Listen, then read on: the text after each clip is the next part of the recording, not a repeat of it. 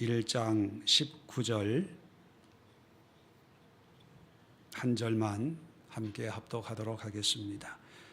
구약성경 361면에 있습니다.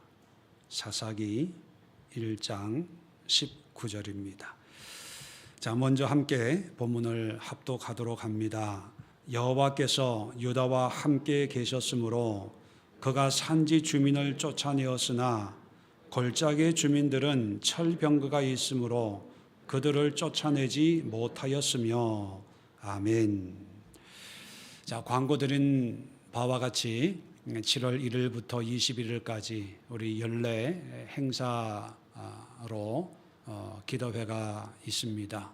여름에는 21일 동안 매일 교회에 모여서 함께 기도하지요. 물론 주일은 주일 예배로 기도회를 가름하고 월요일부터 토요일까지 9시에 함께 모여 기도합니다. 이번 19차 21일 기도회는 사사기를 통해서 말씀을 함께 나누면서 그렇게 기도하려고 합니다.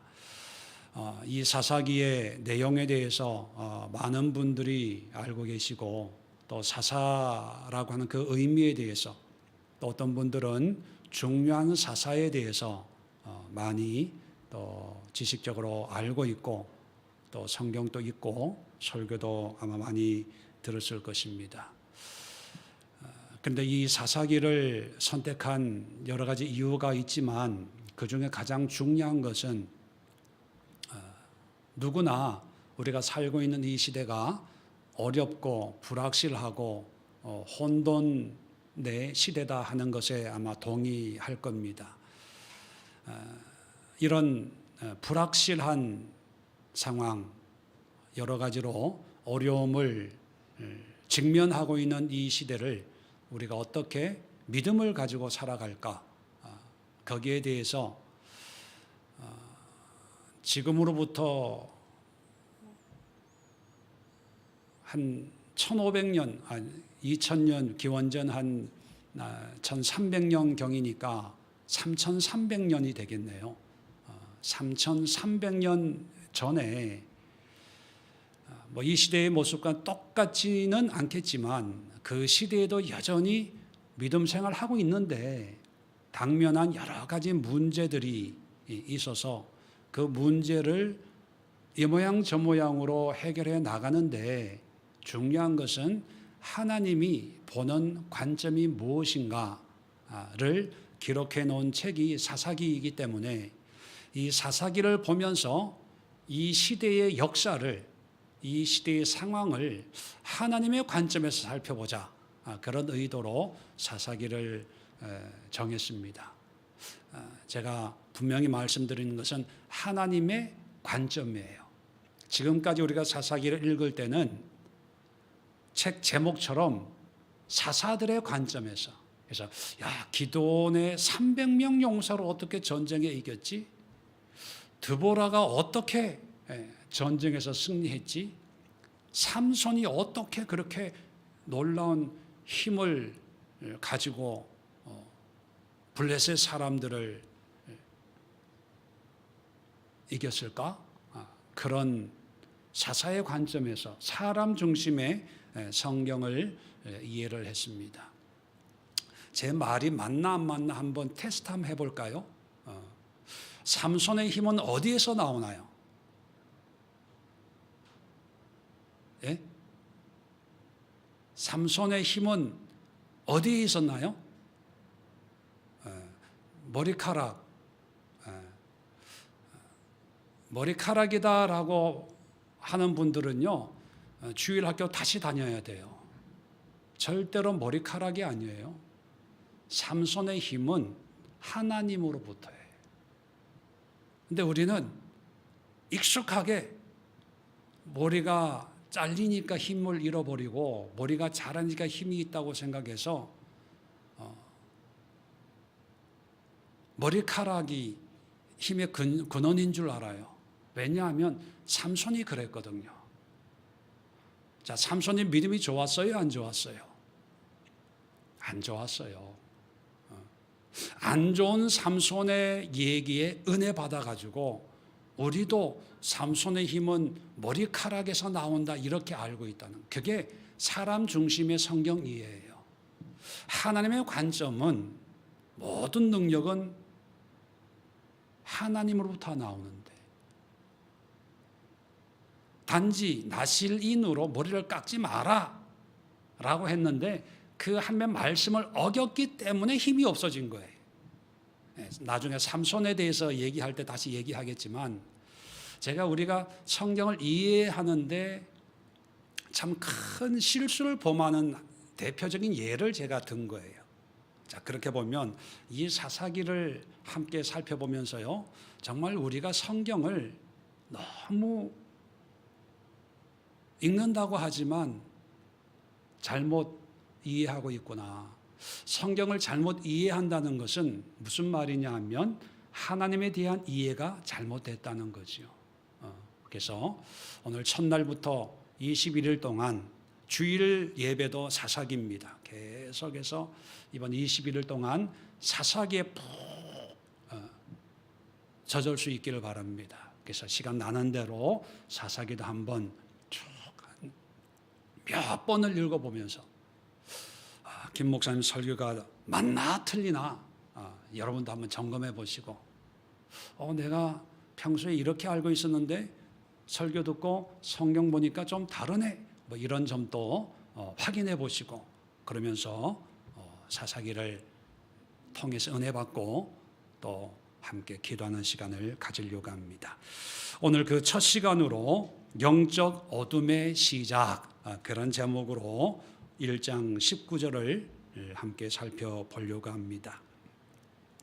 먼저 19절 한 절만으로는 이 사사기의 시대적인 어떤 배경을 다 알 수는 없지만, 잠깐 오늘 첫 시간이니까 서론적인 것을, 배경적인 것을 좀 말씀을 드리면, 잘 아시는 바와 같이 모세를 통해서 광야 40년을 방황하고, 여호수아서를 보면 여호수아를 통해서 이제 가나안을 점령하게 되지요.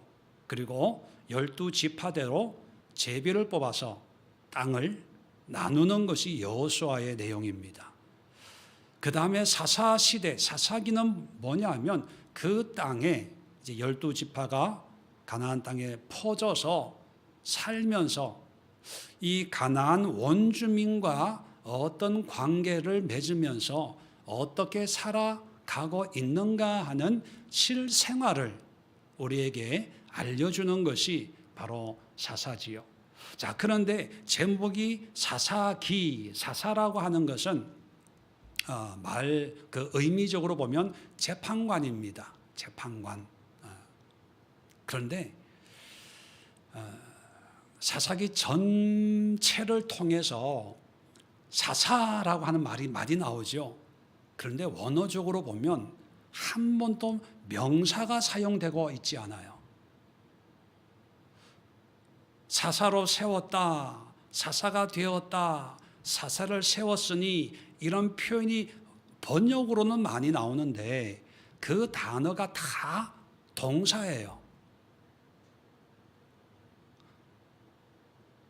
소펙트라는 단어가 동사인데 판단한다, 분별한다, 정한다예요. 반대로 명사형은 샤바트라는 단어예요. 혹시 여러분 여호사밧이라는 사람 읽어보셨죠? 여호사밧, 여호와에서 나온 그 여호와, 사밧이란 말이 샤바트, 재판관이라는 뜻입니다. 그래서 여호사밧의 이름이 여호와는 재판관이시다, 이런 명사의 의미가 있다는 거죠. 그런데 명사형이 한 번도 안 나오고 동사만 나오는데 왜 사사기라고 명사형의 타이틀이 붙었을까? 그 이유는 최종 재판관은 누구시다? 하나님이라는 거예요. 하나님이 재판관인데 하나님이 안 보이시니까 사람 중에 하나님이 정한 어떤 특별한 사람을 하나님의 뜻을 분별하고 정하는 그런 사람으로 세운 거예요. 그게 사사가 하는 일이거든요. 근데 사람들은 사사하면 기드온, 삼손, 드보라, 입다 뭐 이런 사람들이 사사인 줄 알아요. 사사는 하나님이에요. 최종 재판 판단하는.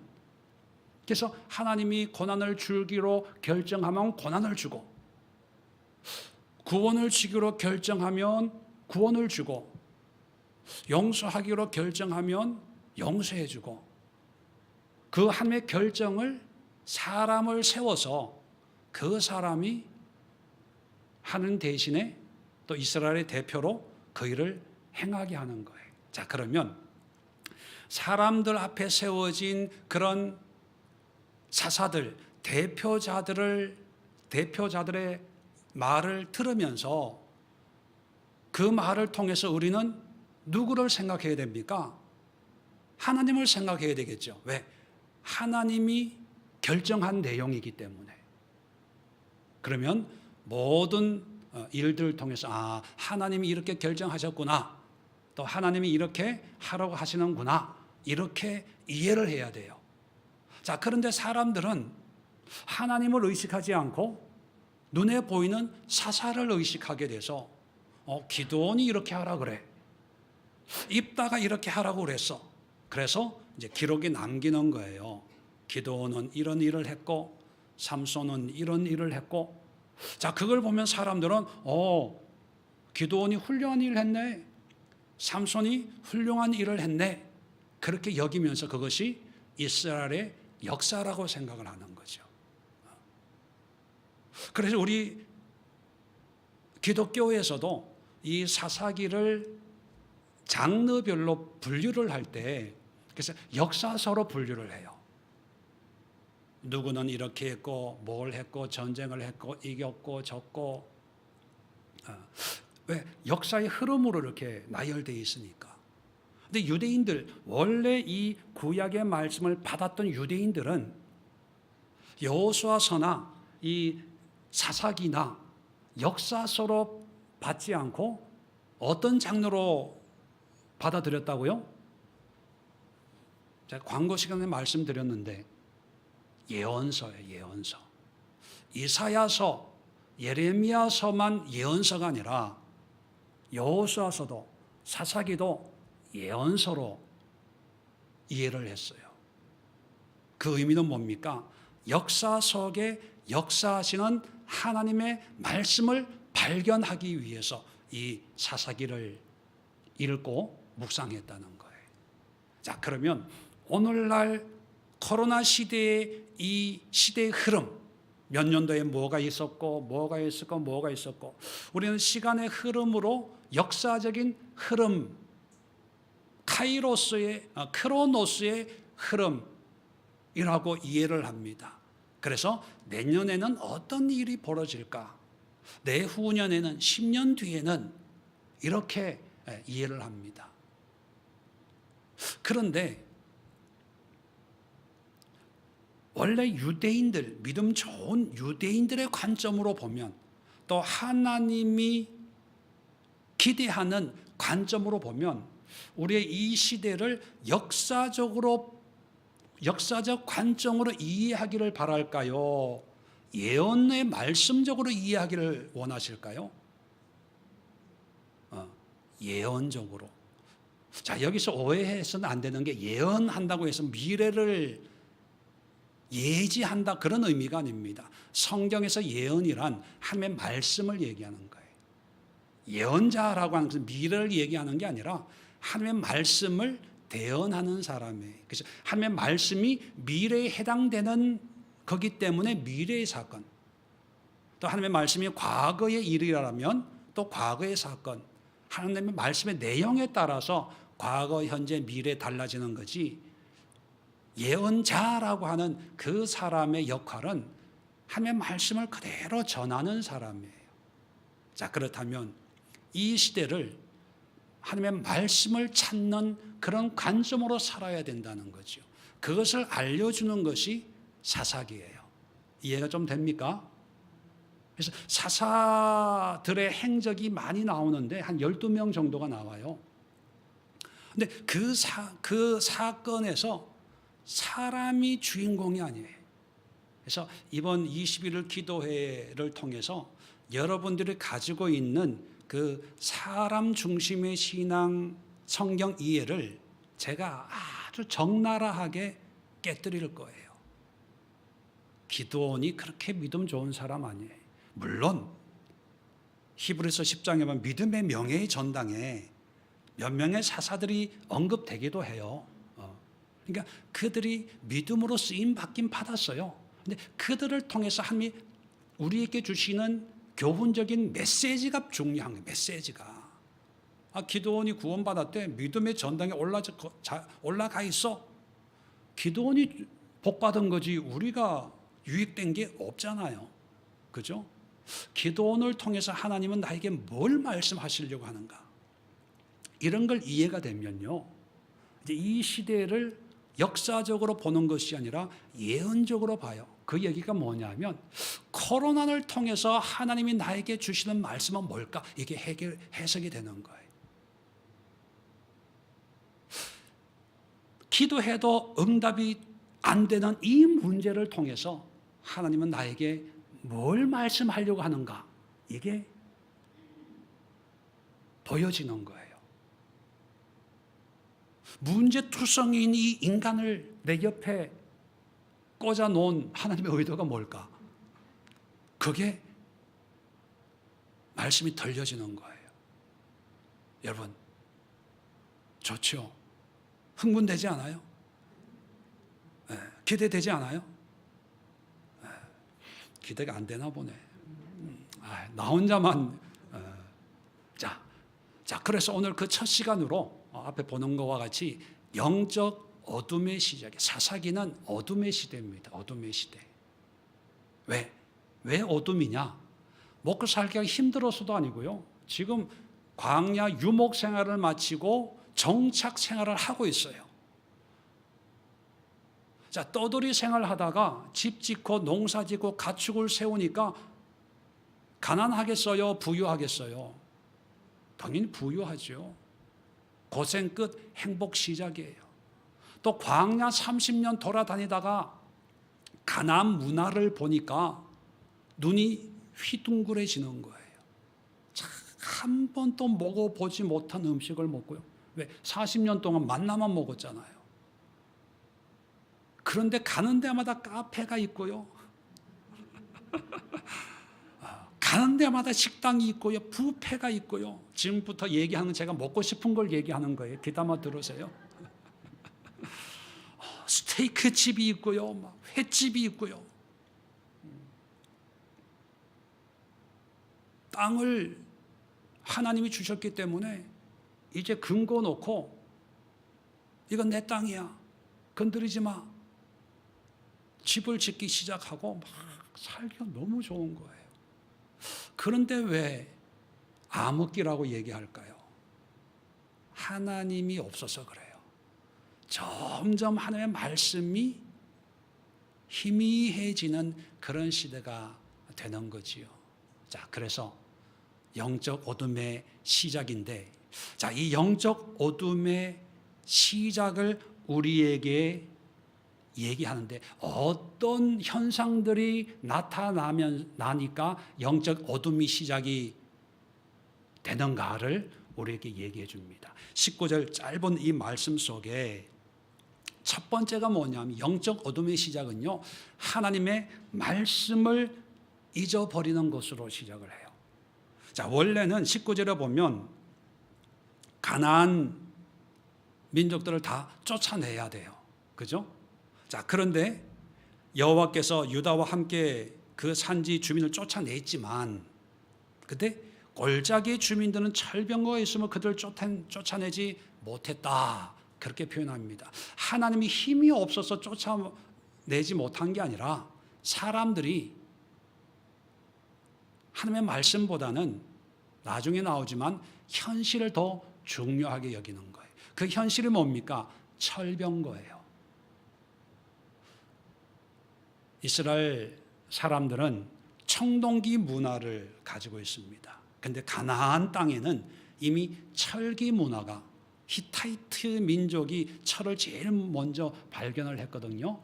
그 히타이트 민족이 이 해양 문화를 통해서 이 가나안 땅에 철기를 보급했어요. 여러분, 구리 칼과 쇠칼이 부딪히면 누가 이길까요? 철이 이기죠. 그러니까 게임이 안 되는 거예요. 그러니까 훨씬 뛰어난 문화를 소유하고 있다는 걸 알 수가 있습니다. 그러니까 현실적으로 안 돼. 조금 전까지 보면 여호와께서 유다와 함께 계셨으므로 주민을 쫓아냈어요. 이 얘기는 뭐냐면 철 무기냐 청동기 무기냐 이거와는 상관이 없었다는 거예요. 하나님이 함께 계시냐 안 계시냐로 쫓아낼 수 있냐 없냐 이걸 몸소 체험을 했어요. 유다 민족들은, 족속들은. 그죠? 그러면 하나님이 함께 하시면 이길 수 있다 이렇게 반응이 돼야 되잖아요. 그런데 전쟁하다가 그들의 화려한 문화를 보는 순간 야, 안 돼. 못해. 그랬다는 거예요. 자, 또 하나 중요한 게 그냥 철병거만 가지고 있어서 안 쫓아냈다 이렇게 이해할 수 있지만 27절 이하에 보면 이제 그 가나안 땅에 쫓아내지 못한 그 족속들을 소개하면서 27절만 한번 볼까요? 므낫세가 베스안과 그의 딸린 마을들의 주민과 다낙과 그의 딸린 마을들의 주민과 돌과 그의 딸린 마을들의 주민, 계속해서 보면 그의 딸린 마을의 주민 이런 표현이 나와요. 거기에 딸린, 성에 딸린 주민들, 그들을 끝에 보면 쫓아내지 못하매 가나안 족속이 결심하고 그 땅에 거주하였더니, 자,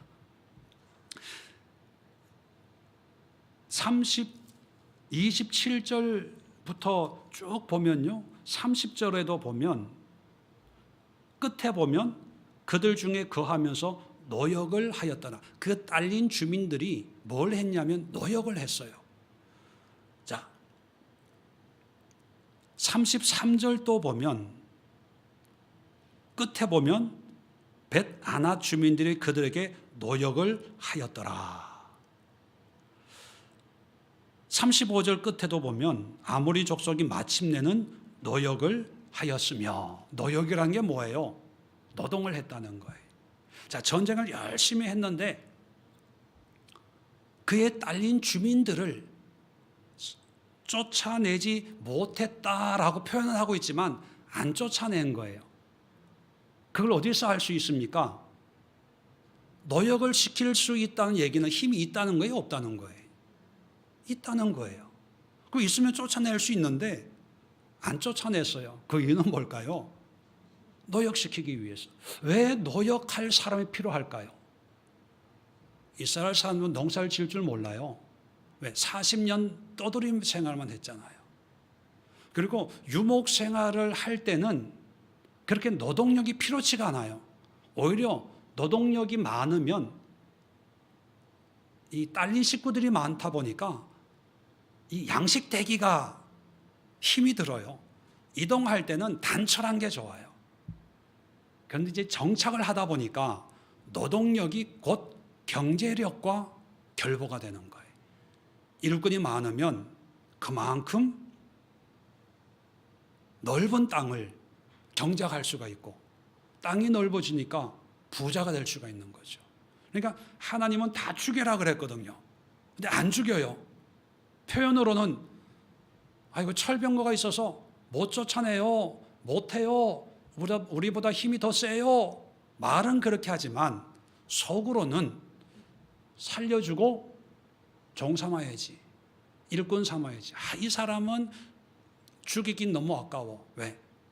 농사 짓는 기술이 있고 또 집을 짓는 기술이 있고, 그러니까 그에 딸린 주민들은 슬쩍슬쩍 살려주는 거예요. 그러니까 하나님의 말씀보다는 현실, 내 필요가 더 중요해지는 거죠. 자, 그 다음에 가나안 땅에 들어와서 보니까 가나안 문화가 훨씬 좋거든요. 유대인 아가씨, 이스라엘 아가씨보다는 가나안 여자가 더 예뻐요. 가나안 청년들이 더 멋있어요. 자, 이 문화라는 게 하등 문화와 고등 문화가 만나면 어떻게 바뀔까요? 고등 문화가 하등화가 될까요? 하등 문화가 고등화가 될까요? 뭐 물어보나 마나죠. 고등화가 돼요. 새로운 문물. K문화가 전 세계를 휩쓸잖아요. 그 이유는 뭐냐면 세계 사람들이 너무 좋아. 그래서 화장품, 또 옷, 음악, 이제는 영화까지 한국 영화, 드라마를 보는 거죠. 좋으니까.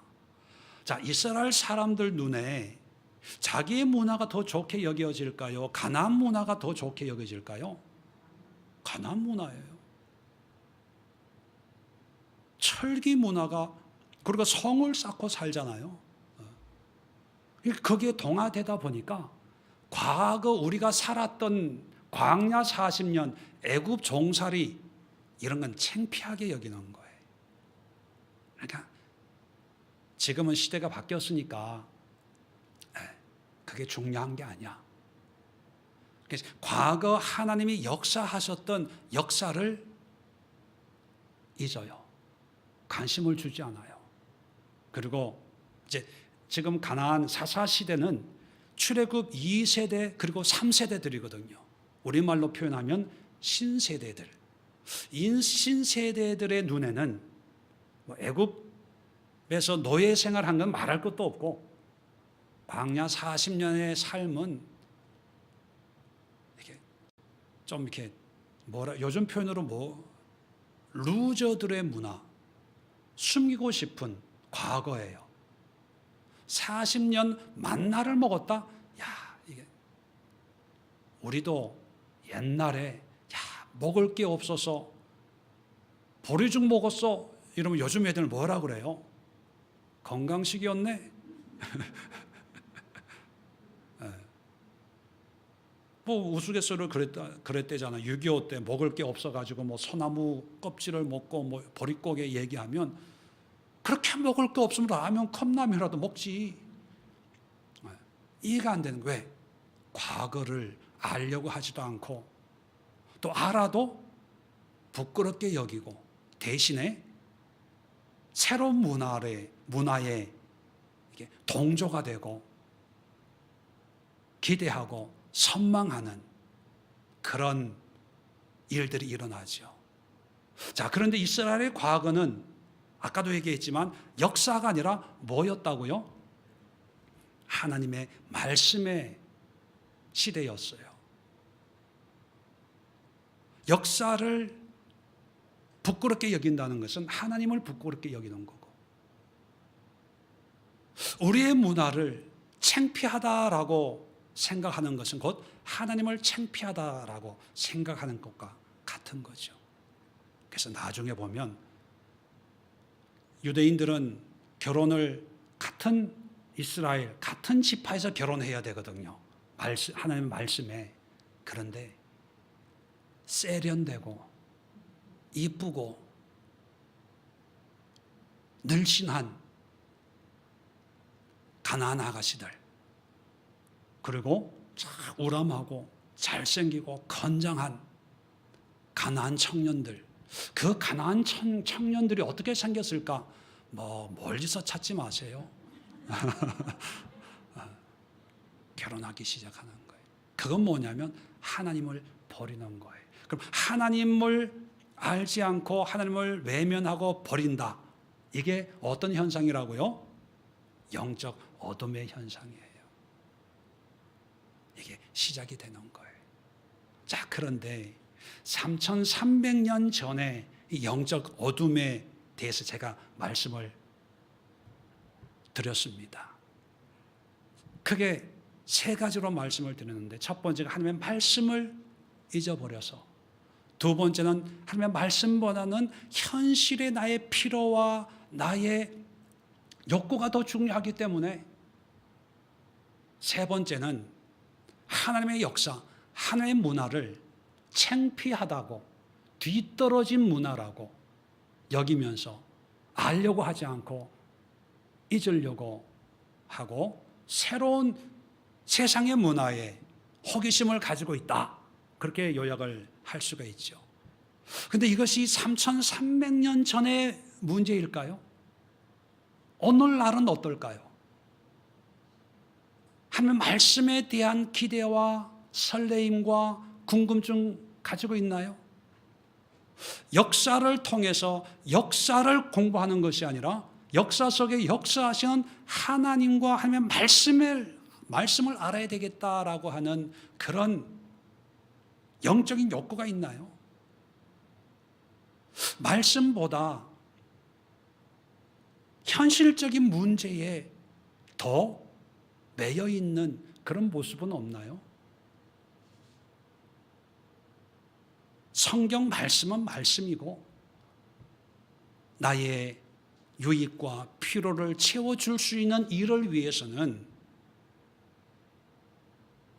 말씀 정도는 좀 뒤로 빼놔도 전혀 영적인 양심의 가책이 없는 그런 시대가 되고 있지 않을까요? 이제 어느덧 기독교 문화, 하나님의 문화는 세상 문화에 비교하면 부끄럽고 창피하고, 아니 아직도 그렇게 신앙생활을 해? 아직도 그렇게 수요예배, 금요예배, 주일예배, 새벽기도 그렇게 열심히 다니는 사람들 있어? 아직도 그렇게 주여 삼창하고 기도하는 사람이 있어? 혹시 이런 시대가 되고 있는 건 아닐까요? 만약에 그렇다면 그 시대는 영적 어둠의 시작입니다. 그럼 어떻게 해야 될까요? 어둠을 밝히는 것은 빛이거든요. 그 빛은 누가 밝히냐? 내 안에 빛이 있는 사람이 밝혀요. 시대는 어두워져도 내 안에 빛이 있으면 그 빛은 드러나게 되거든요. 그 빛이 바로 우리입니다. 오늘 이 시간 이 시대를 바라보면서 영적 어둠의 시대로 변화되고 있는 이 시대 속에 하나님의 택한 백성으로 이곳에 있는 내가 이 어둠을 밝히는 주님의 도구가 되기를 원합니다. 나로 말미암아 말씀의 회복이 일어나게 하시고, 나로 말미암아 하나님의 문화가 이 세상에 퍼져나가게 하시고, 나로 말미암아 하나님이 이 시대의 역사 속에 어떻게 말씀하고 있는지를 이 세상에 선포하는 그런 하나님의 도구가 되게 하옵소서. 오늘 이 시간 첫 21일 기도의 제목을 이 시대에, 어두워지는 이 시대에 빛이 되게 하옵소서. 주여 나를 사용해 주옵소서. 나를 통하여 이 일이 나타나게 하옵소서. 사사를 세우신 하나님께서 우리 한 사람 한 사람, 나를 세우시고 우리 교회를 세우시고 이 땅에 수많은 하나님의 일꾼들을 세우셔서 사사시대처럼 하나님이 세우신 용사들로 말미암아 어두워지는 세상이 밝아지는 역사가 임하게 하옵소서. 함께 기도하는 시간 갖도록 하겠습니다. 우리 자리 정돈하시고 영상을 통해서 예배 동참하시는 분들도 그 자리에서 주여 한번 힘